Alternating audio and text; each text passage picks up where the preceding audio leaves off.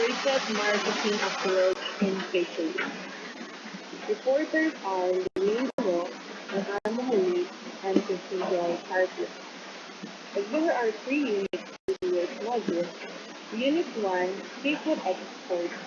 Unit 2, Product and Market Diversification. Unit 3, Export and Import Policies Fisheries of the Philippines. The basis of trade, international trade, is the exchange of goods and services between countries. The exchanges can be import or export. Import refers to a goods or service brought into the domestic country, while export refers to a good or service sold to a foreign country. Trade allows the nation to produce products beyond their capacity, as every product cannot be produced in every country, as it requires huge manpower, budget, resources, and etc. Trade occurs due to five reasons. One is the differences in technology between countries. Countries differ in their technological abilities to produce goods and services. Technology refers to the techniques used to turn resources, labor, capital into outputs, which are goods and services. Second is the differences in resource endowments. Resource endowment refers to the skills and abilities of a country's workforce, the natural resources available within its borders, and the sophistication of its capital stock, machinery, infrastructures, and communication systems. The third is the differences in consumer demand. Every individual from different countries has different demands for various products. Japan needs more tuna compared to South Korea needs more octopus. Fourth is the existence of economies of scale in production. It refers to a production process in which production costs fall as the scale of production rises. Mas mababa yung capital or the input compared to the outcome or the output, which is the production or the products.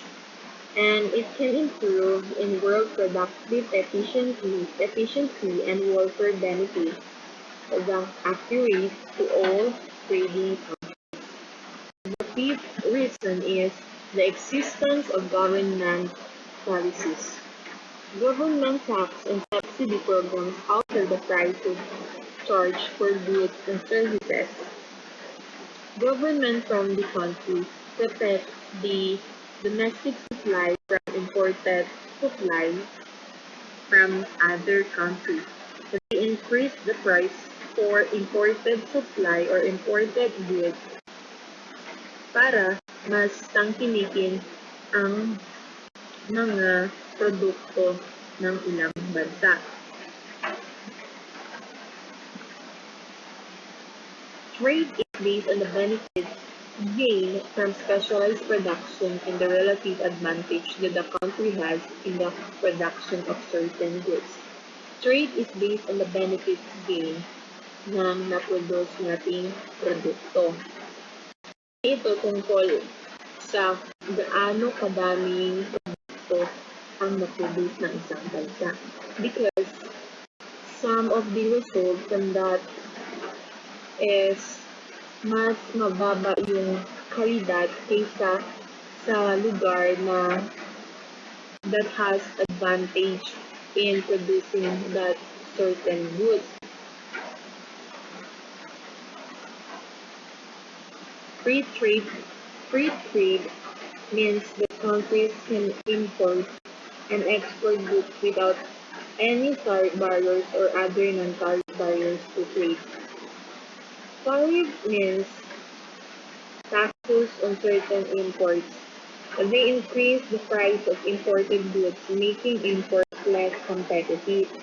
Yung tariff nga, yung pagdagdag sa presyo ng mga imported goods. And non-tariff barriers involve rules and regulation which make trade more difficult. So, the term free trade, ibig sabihin nito ay there's no restriction, regulation, or rules to be followed when it comes in trading goods and services from one country to another country. And when you export the excess supply from your country, there is a possible that it will interact with the current demand of the country. What is current demand? Current demand is a graph depicting the relationship between the price and quantity. As the price increases, the quantity decreases. Kasi yung mga tao, pag alam nilang tumataas ang presyo, hahanap sila ng ibang produkto na magiging kapalit nito na mas mura. Kaya, pag tumataas ang presyo, bumababa naman yung ilan ang mabebenta. Kasi yung mga consumer is less na yung bibili. Dimension of the international market. All countries engage in some sort of trade with other countries. Some countries with more relaxed policies engage in greater volumes of trade than do countries with more restrictive policies. As I have mentioned earlier that no country can produce all citizens' desires. So they need other country to import goods or services that will sustain the demands of the consumer of the country. Trade fish and seafood has played an important role throughout history because it has significant contribution to the national economy in terms of income and employment.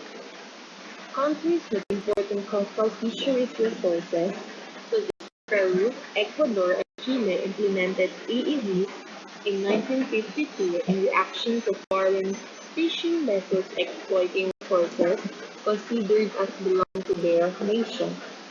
EEZ, or Exclusive Economic Zone, is an area of the sea in which a sovereign state has special rights regarding the exploration and use of marine resources, including energy production from water and wind. The implementation of EEC is to restrict or prohibit the foreign fishing vessels to do a fishing activities on the certain areas or coastal of a one country that is not their territory.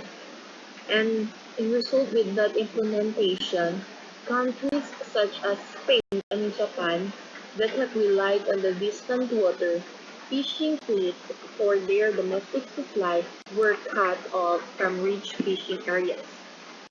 Na-stop or na-break ang Spain at Japan sa paggawa ng fishing activities na hindi naman nilang pagmamayari. Kaya they become greater importers of seafood to meet their domestic supply.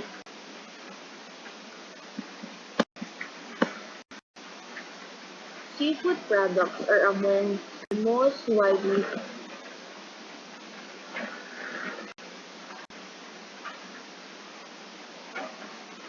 seafood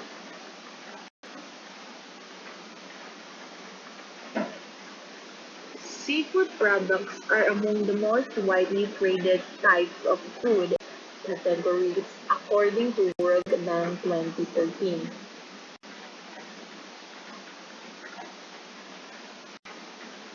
Seafood products are among the most widely traded types of food categories according to World Bank 2003.